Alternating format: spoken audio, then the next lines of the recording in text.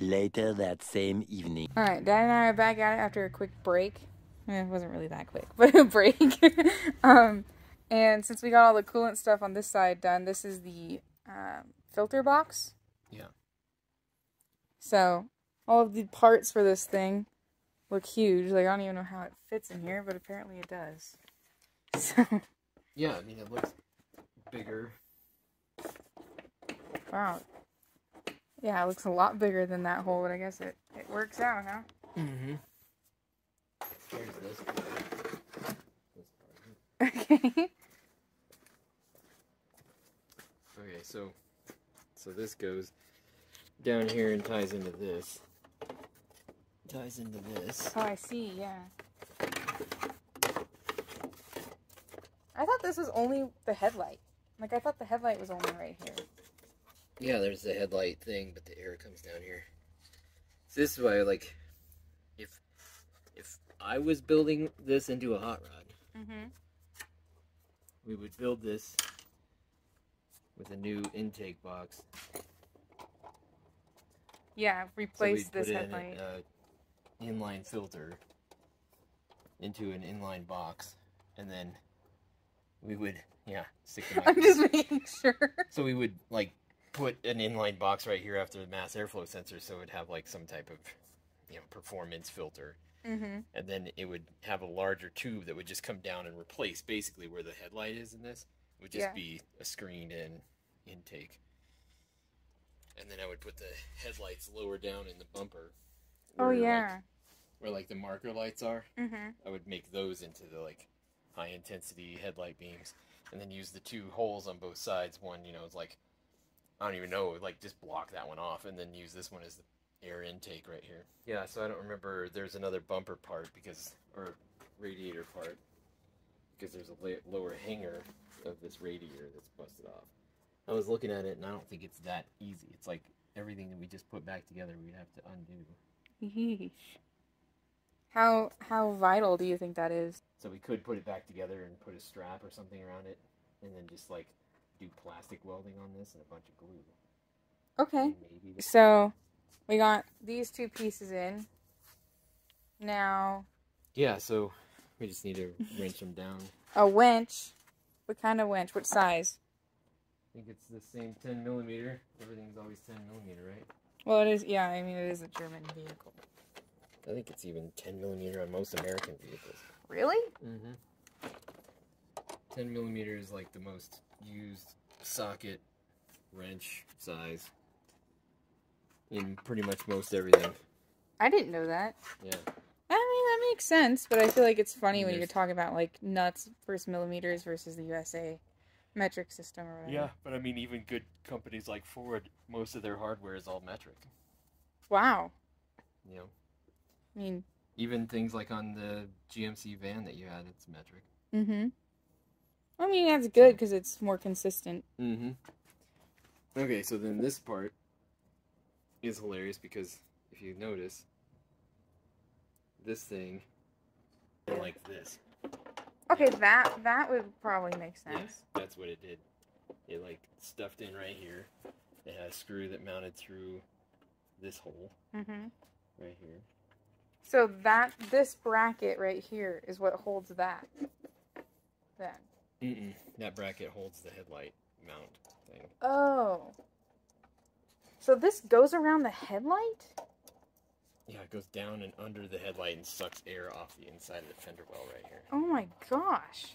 That's actually insane. Like, I would not have thought that this thing... Like, what does it just blow air out right here above the wheel? It's not blowing air out, it's sucking air in. Yeah, I remember when I was taking this apart, I'm like, what in the crap?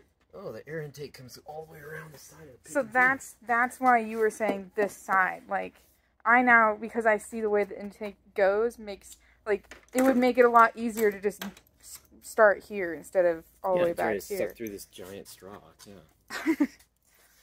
So it's kind of like suffocating to a certain degree compared to what it could be, just to get around the headlight. Right. That's the air intake. Awesome. Funny? Yeah. That's awesome. Yeah. Alright, so we got the intake done. So now the next step is the timing belt. And what part is this, Dad? Also intake? Yeah, this is the turbo outlet. It comes down here to the intercooler that lives right here. Okay. It's going to live right here where my head is. I think it bolts to these 2 bolts right there. And then another tube goes back up here and ties into the intake. Wow. An actual manifold on the thing. Like right behind the headlight? Yeah. And that part can go away. Go away! That's weird looking. It's a weird looking part.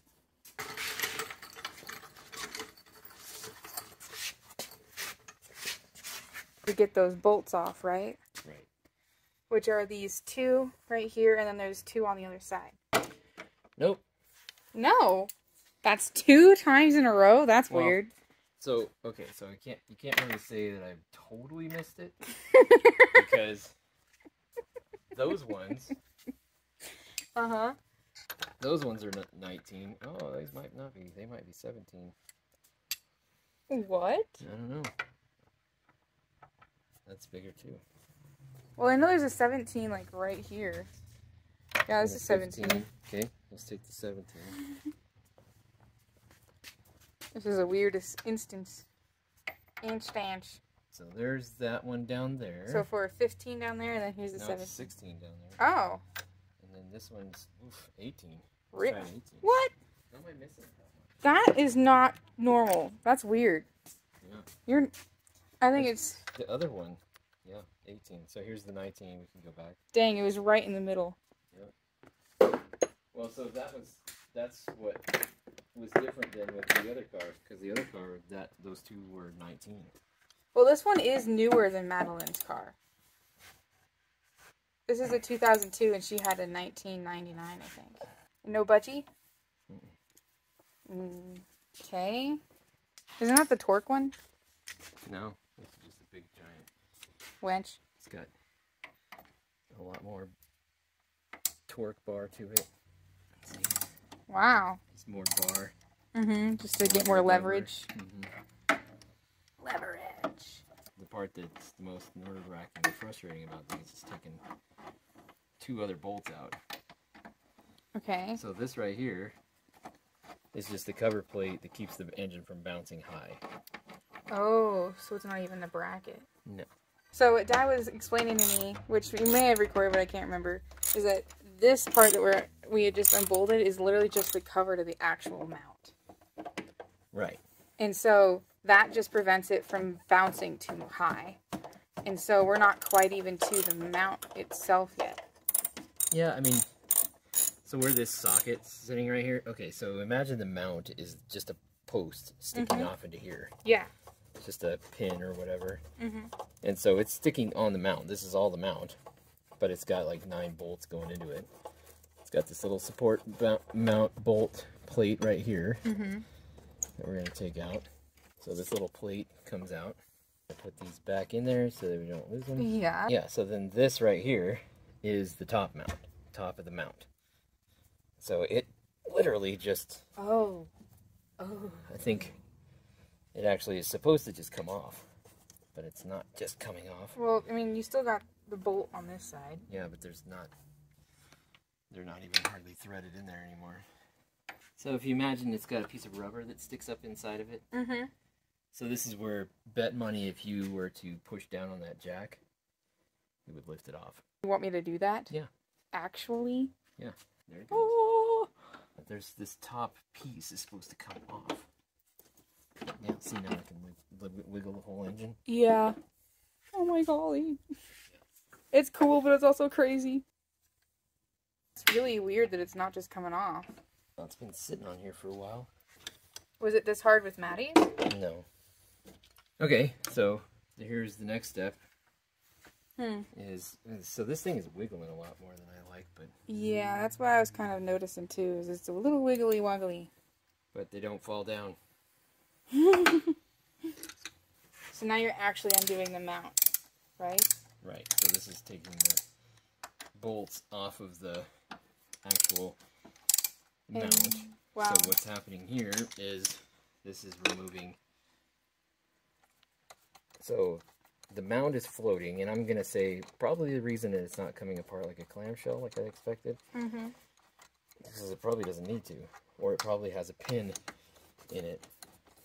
Oh, probably for like backup safety if the bolts got loose. Right. Like maybe it's wrapped around, or maybe the rubber bumper is through it or something. I don't know. So we'll take this guy off. Those are some big bolts. Wow. So there's only 2 bolts holding the engine to either side of the frame? Yeah, 2 big old long bolts. Wow. See these 2 guys? This whole mount just lifts out. Whoa. And it does look like it's actually through there. Like, what do you mean? Like, I don't think that the clamshell is going to come off, but... Does it need to? No. So now it's on the pallet, the jack. Right, it's literally just sitting on the jack now. So wow. Now we have a bolt that goes through right here, goes that way. I see. And then there's another bolt back down here that goes that way. And we have to take that off to get this plastic cover off to get to the timing belt. This is part of what's stupid about the way these engines are in here. There's another one right there, where that little nubbin goes in. But how do you And then there's another one down here that we lower the engine down, and I can get to it. Whoopsie. Keep kicking this light. So this first one, you come in here like this. Is that a 19 or 18? What you got? 13? It must be the 15. Ah, I was just putting out numbers. I was just naming all of them, Dad. Oh, it says 16. Oh. I thought that this was going to be a lot easier for, like, getting to the actual timing belt itself. I mean, it's fairly easy, but no, it ain't going to be easy, really. Well, I just remember in the van, like, just because of how tight everything was, it was difficult. Yeah, and, you know, in those kinds of engines, the 350 Chevys and stuff, they mount, or they put timing chains in them. Really? What does that mean? So instead of that being like this is a belt, so that's just a rubberized belt. Yeah. It's actually a chain that goes around and turns the camshafts, does all that stuff. Is that easier or harder on the engine or what? No, it's just more reliable, so it's a chain. Because it's not rubber. So it's not really going to skip or break or have problems like that. Wow. I believe I need to have you lift the engine up. Oh my gosh, this is making me nervous for some reason. Okay, hold that. Okay. This bolt is right there. Can you get to it now? I can put my socket on it. I have a question. When people design vehicles, did they design the look of the vehicle before they design how everything fits into it? Probably. So they're basically, okay, I mean, it makes sense with the way everything is in engines, where it's just crammed together. Yeah, I would say of all the things on these German cars, this is the stupidest thing. For the timing belt. Yeah, this whole thing right here is the stupidest part, because, like, getting this bolt out is one thing. But then getting it back in. Right. Because, like, see this line right here now is heavily in my way. Got it out. Wow. See, like, this one is dumb easy. Yeah, because it's right there. I just can't get it to come out of the hole. Okay, so now we gotta go down, right? Right. A few inches later. Look at this insanity. So we're timing it right now with our marking things, and then we realized that the guy said that that center bolt doesn't even have to come out. So, we're gonna try that. Okay, I'm recording. What are we recording? You. Me. So yeah, right now we're making sure that the marks are lined up for the timing, proper timing of it. And then we're gonna yellow. Hey, look at that. Look at that. I like your color choice. Yeah. So then I also mark on the belt. Mm-hmm. And I'm just going to go ahead and mark that whole thing across the belt so we get that one specific tooth or whatever right back in that same position. Yeah, it just comes right off. Not that we literally just like popped right off. We're gonna see if there's leaking oil out of them. Then they're not. But in Jesus' name, help the gaskets be perfectly fine. And if they need to be repaired, make it super straightforward so we can get it done. Amen. Here, I'll put that with the other. see how much schmutz is in the bottom of this? Schmutz. I mean, look at this. Uh-oh. There's like all kinds of junk right there. Okay. I mean, dirt gets in all the ways. holes. Yeah. Alright, so we took out the timing belt and the tensioner. Now we're working on getting out the water pump. Yep. So this is the water pump. Ew. Oh, should I kick that? Oh, you know what is really nice? Huh. This water pump was an upgraded water pump. Oh, yeah? So somebody did do the timing, and they did do the upgrade on this. Good. Mm-hmm. So That's great to know that it was maintained. yeah, so we did do it. They have done the timing belt on this. It's wonderful. So we're doing another one, probably way earlier than it needs to be, but whatever. But, I mean, we're already this far along. I'm sure everyone that does this is like, well, we're this far along. It goes in here, and then when it pushes, it rotates this around. Oh, okay. And then this is the water pump. So do you think they've replaced the tensioner before? Yeah, I think everything's been. So we just ground out the side thingy there to get it all as clean as possible. Not perfect because it's such a tight spot, but it's a lot better. And then we're going to do the water pump next and the tensioner and all that. Yep, try to put this tensioner back in here. This new one.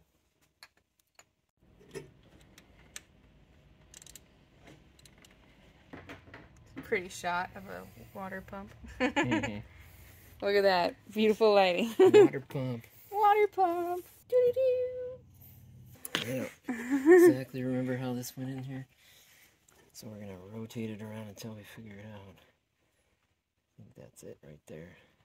We got the new tensioner pulley on, the new water pump thing on, and all the marks and everything are ready to go. Mm-hmm. We could probably put the belt in and tension it. That's the part that makes me the most nervous. So maybe we'll do that. You want to do that so tonight? We can leave it tensioned and rocking. So Okay.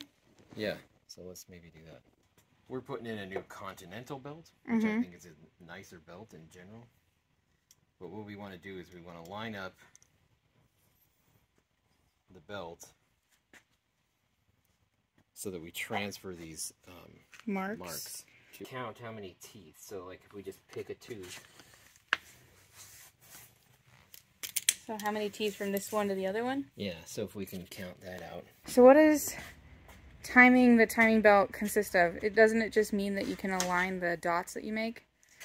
Yeah, so you're just aligning the dots, but what's happening is you're making sure that none of the things that are in the belt.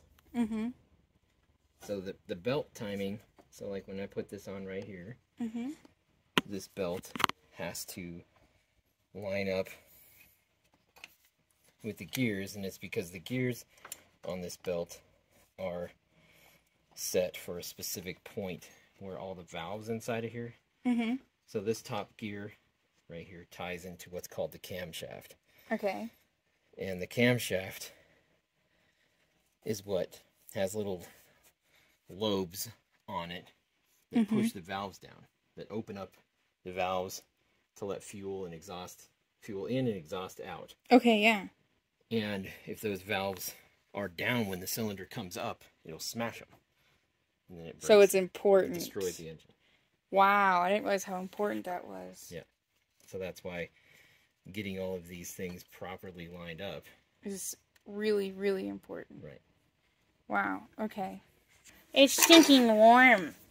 It's hot. It's hot, man. It's hot. It's hot. I don't like it when it's hot. No, I don't. This to line up. 12 seconds later. But we got it on there, and it all went on. And wow. So now We've done the that. most of the cover's back in it. Yeah, but that's what we did. And all that. We. Okay, let's go home. Okay. Day 2.